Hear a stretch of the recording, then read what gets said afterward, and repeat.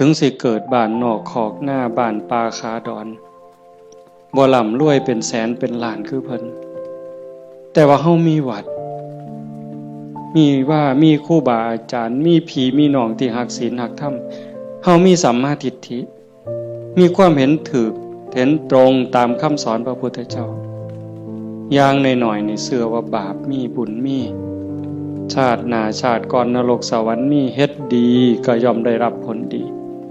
เฮ็ดชั่วก็ย่อมได้รับผลชั่ว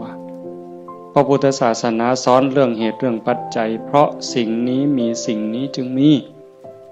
หวานพืชจังไดก็ได้ผลจังซั่นอ่อนซ่อนเจ้าของภูมิใจในเจ้าของแม่นสิเกิดบ้านนอกคอกหน้าทุกข์ยากปากหมองบ่ร่ำบ่รวยบ่สวยบ่งาม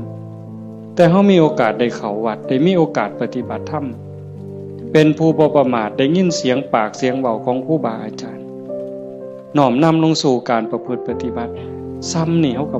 พอแห้งอ่ะเนี่ยโยมเป็นบุญล่ะเด้นี่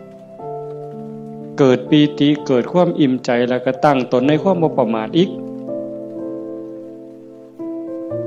อันนี้หมายถึงบุญเฮ็ดปั๊บก็เกิดความ